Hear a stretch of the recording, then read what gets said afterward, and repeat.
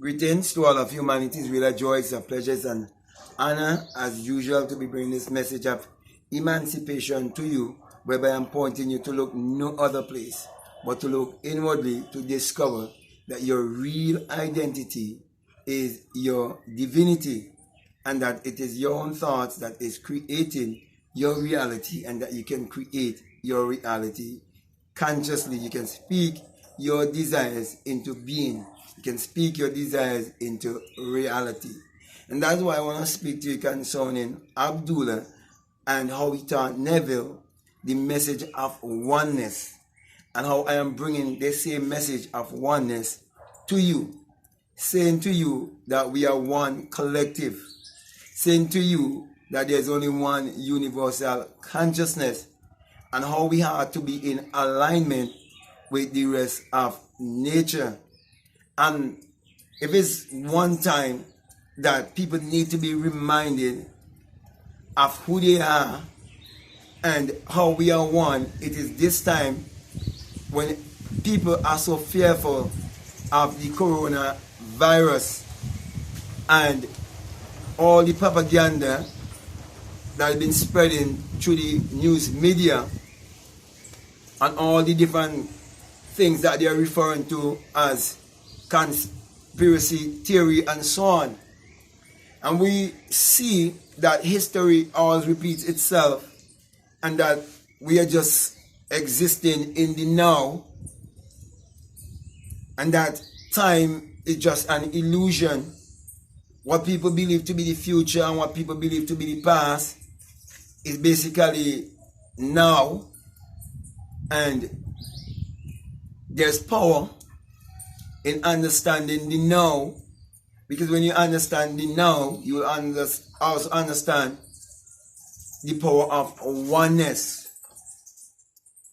And so, just as I'm here seated and reaching out to you in a time where there's so much fear, so much unemployment, so much uncertainty, so too it was when Abdullah was ministering to Neville Goddard, as Neville was studying with Abdullah for over 5 years. And it was the time of the Great Depression that lasted from 1929 to 1939. But specifically in 1933, Neville went to Abdullah and explained to Abdullah how he had this strange desire, or this burning desire, I should say, to go back to his homeland, which is Barbados in the Caribbean, to be with his family for the Christmas. And there's where Abdullah allowed him to experience true oneness, so that the experience would teach him that this truth is not theory. It must be practical. It must be a reality in our life that will prove to us that the Bible truly addresses the human mind and must be interpreted psychologically, and that the Bible is our spiritual autobiography.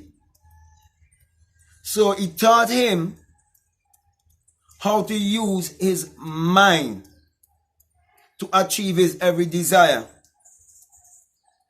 so that he will understand that the Creator is man's imagination, and every one of us in this world born with the faculty of imagination and intuition, with the faculty of will, memory, reasoning, perception, and how we want to exercise these faculties within us to realize that we are one, and that things like racial segregation, things like politics, religion, and education, as in academic education, the way how it's been taught to us, is to keep us separated, divided, and to make us being afraid of each other when we are one collective. Abdullah was able to teach Neville just as how the different cells come together to form tissues and so on, and we have an entire body, so too is all of humanity. And we are the microcosm in the macrocosm. We are all one consciousness. There's one divine mind, one infinite mind, and we all are connected to that one infinite divine mind because we are divine beings. We are spirit having a human experience. Therefore, we are all one, and we are to live as one. And that is when we'll be able to exercise our inner power to achieve our every desire.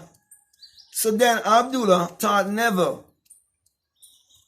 how time was just an illusion, and how he was to go to bed each night while living in New York as if he's sleeping in his mother's home in Barbados, and it would become a reality. And he also taught him that this secret is in Joshua 1 and 3, where it says, wherever the sole of your feet shall tread, that would I give to you. Showing you that anywhere that you can go or travel in your imagination, you can actually travel there in person. So my brother and my sisters, when we look at all the science and the technology, we look at the aeroplane, we look at the telephone, we look at the television, realize that all of these things exist within us. They all exist in the human imagination, and we can operate in these faculties, and we can do it consciously. And that's how we're supposed to live our life, as overcomers. That's how we're supposed to live our life as deliberate creators. And so Abdullah taught Neville how to create his reality consciously to bring him into the understanding of our oneness. So we would understand that God and man are one. That would understand that there's no such a thing as a black man, a white man, a Chinese man, a Japanese man. We are all just one. And for him to understand what it means to eat from the tree of life. Because when you eat from the tree of life, it is when you understand that everything is energy, vibration, frequency, and that each and every one is on a different frequency. So the rich man, the poor man, the beggar man, the thief, it's a different frequency. And these different frequencies is what can be referred to as different arrangement of the same mind. So the man who is a thief today, who have to stand before a judge, he can become the judge if he rearranges his mind. So if we change our mind, we change our life. We change our circumstances. So it have nothing to do with whether you grew up in the hood or the color of your skin. It have nothing to do with that. It's all about your thinking. It's all about the mind. Also, Abdullah taught Neville the law of mentalism, that when he understands the law of mentalism, then he would understand how we are all one.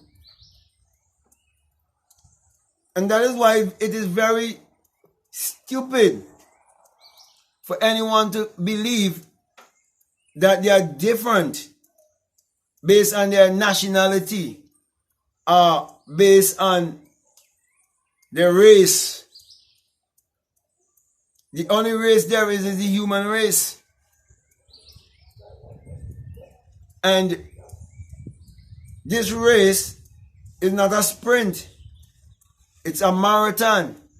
And in this marathon, we've been given enough time to discover ourselves, to know who we are, and to know what is our purpose here, and how we can serve each other, how we can build each other. And that's why, my brother and my sisters, I am here doing what God wants me to do, because God is my true essence. God is the very life in me, and God is the very life in you. So you can only be either God asleep or God awake. All of us don't go to bed the same time and fall asleep the same time, and all of us don't awake the same time. Right now I could be speaking to you while there are people in Australia sleeping because it's night. And all of these things are to teach us that time is not real. I can be here speaking to you, and right now it's morning. It's up maybe around 8 o'clock in the morning, or after 7 in the morning, right about now as I'm speaking to you. And someplace in America, it could be 9 o'clock. In England, it could be, let me see, if it's 8, 9, 10, it could be about 12 o'clock. In England right now as I speak to you. So time is not real. Okay? And that is why that which is real is the life in us, the God in us, the Creator in us. That is what is real. And that's why we have to focus on that which is real. So my brother and my sisters, as Abdullah would have encouraged Neville to believe in himself, and for him to understand that there is no such a thing as hierarchy or aristocracy. The only aristocracy there is that of the spirit. Therefore, we all have equal power. And we are to use our power to help each other. We are to use our power to uplift humanity. We are not to use our power to try to control the rest of the masses. That is why I personally am against vaccination to avoid coronavirus, because the vaccination, it had to first be a thought, it had to first be imagined. Everything in the hospital, it had to be first imagined, it had to first be a thought. Every medication in the pharmacy, it had to be first a thought, it had to first be an idea, and most likely they have to take the raw material from nature and put it in a synthetic form. So why not use the mind to heal ourselves? Why should we live in fear when we can live in peace, joy, and happiness? We can live in love. Love is the energy we're supposed to be vibrating on. And so Abdullah was teaching Neville what it means to have true love for yourself and for others. And so Abdullah taught Neville the greatest secret, or the secret of imagining, of how we can use our imagination to create the life that we so desire on earth. But we have to realize that we have to be of service to humanity. We have to reach out to humanity. And remember the law of compensation, that as you give, so shall you receive. And you're told to give, and it shall come back to you. Good measure, pressed down, shaken together, and running over, shall men give into your bosom.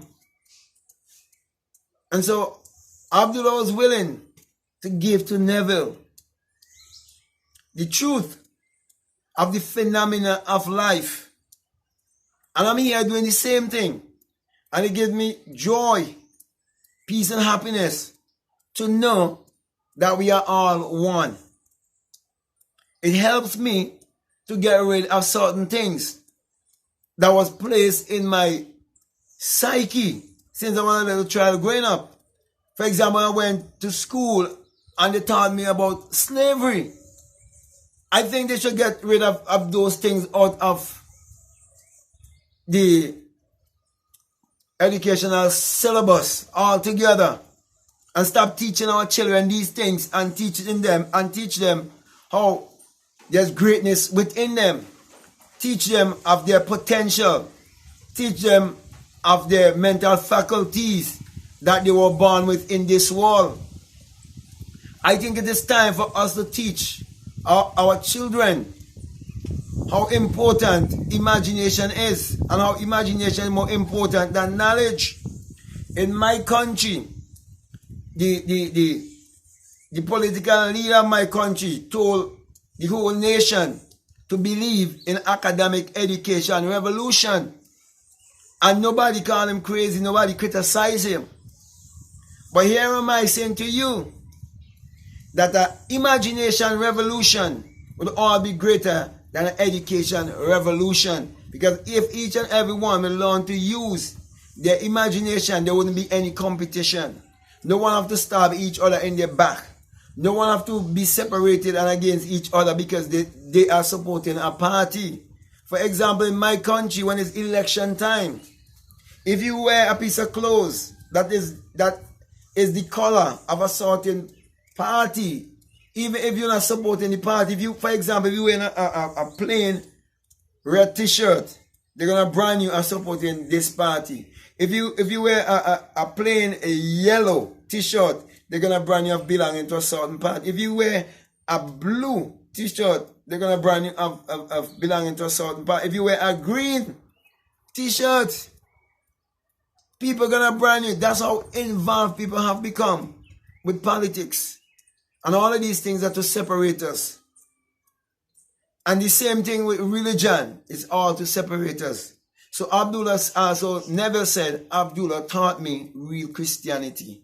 And I'm saying to you, real Christianity is to point you to look inwardly, to discover that your true identity is your divinity, and to teach you that true salvation is self-realization. And that's why I've always been bringing this message of self-realization to you, saying to you that this message I bring to you, it is a single-eye message of self-realization, of which Matthew 6:22 says that if your eye be single, your whole body will be full of light. And that's why I've been bringing this single-eye message of self-realization to you. And I'm saying to you, if you listen to me right now, and this is the first time you've been listening to me, and what I'm saying is making sense to you, I'm encouraging you to like, subscribe if you haven't subscribed already, share this video, or to comment. Now let me end here by saying to you that the reason why I always give you the symbol of the single eye is because I want you to realize that when you see the symbol on the US dollar, it is not an evil symbol. It is the all-seeing eye of God within you, who is your imagination. For you, when you have the experience, you will have an awakened imagination, and you will go beyond the skull. And that is why the eye is above the pyramid, because above you is a pyramid. Okay? And from your shoulder down to your waist, it's a pyramid.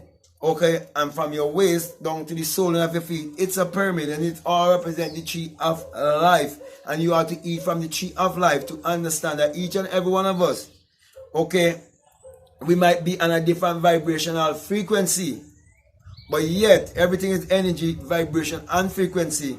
And there's only one creative power among all of humanity. Okay?